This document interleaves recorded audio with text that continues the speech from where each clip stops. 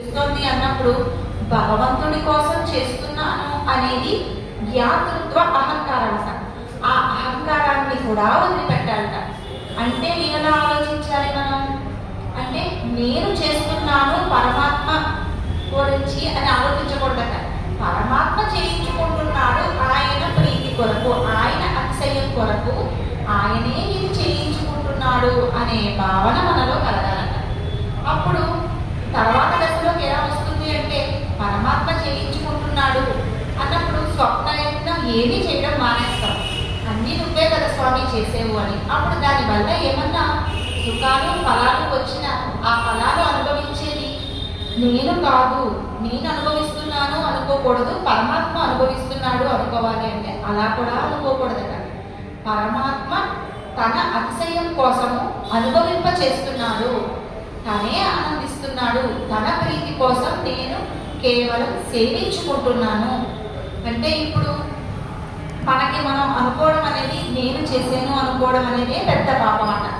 ఈ రాజులంటే చక్రవర్తులు, మేము గొప్పవారము, మా అంతటి వారు ఎవరూ లేరు అని స్వామితో ఈ రావణాసురుడు కానీ హిరణ్యకశిపుడు కానీ వీరందరూ యుద్ధాలు చేసి వారి అహంకారాల గర్వాలు అణిగి స్వామి దగ్గర ఓడిపోయారు.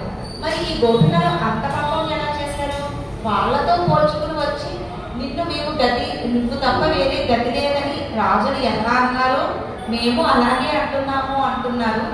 ఎక్కడి నుంచి వీళ్ళంతా ఓడిపోవడానికి అంతలా ఎందుకు భావిస్తున్నారు అంటే అట ఈ ఆత్మని నేను అనుకునే భావన కూడా అహంకారం కిందే లెక్కొస్తుంది. మమతాహంకారం అంటారు. ఇది వదిలించుకోవాలి అంటే ఏం చేయాలి అంటే ఒక ఉదాహరణ చెప్తారు. ఒక వ్యక్తి ఉన్నారు, భగవంతుడే తీసుకోండి, భగవంతుడే రామాయణ కథని వ్యాసుల వారు రాస్తున్నారు. ఒక కలం పట్టుకొని రాస్తున్నారు. కలం అనుకోవచ్చా నేనే ఇదంతా రాసేను అని? ఎంత అవివేకంగా ఉంటుంది. స్వామి చేతిలోని కలం, ఆయన వస్తువు అది, ఆయన ఎలా వాడితే అలా రాస్తుంది.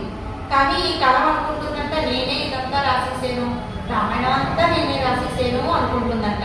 అది మనకు అవివేకంగా ఎలా ఉంటుందో పరమాత్మ వస్తువులైన మనల్ని పరమాత్మలా పెట్టి ఉపయోగిస్తూ మన కర్మలు విముక్తి అవడానికి ఇలా మీకు ఈ ఫలాలు ఇస్తున్నాను, మీకు ఈ జన్మ ఇస్తున్నాను, ఈ క్షణంలో ఈ వ్యక్తితో మీకు వివాహం, ఈ క్షణంలో ఈ సమయంలో మీకు ఇంత ధనం వస్తుంది, ఈ క్షణంలో మీ కర్మ నివృత్తి అవడానికి ఈ వ్యాధి మీకు ఇస్తున్నాను అని పరమాత్మ చేస్తూ ఉంటే మనం అనుకుంటున్నాం ఇదంతా నేనే సంపాదించాను, ఈ వ్యక్తిని నేనే వివాహం చేసుకున్నాను, ఈ ధనాన్ని నేనే సంపాదించాను, ఈ వ్యాధులు నేను సరిగా చూసుకో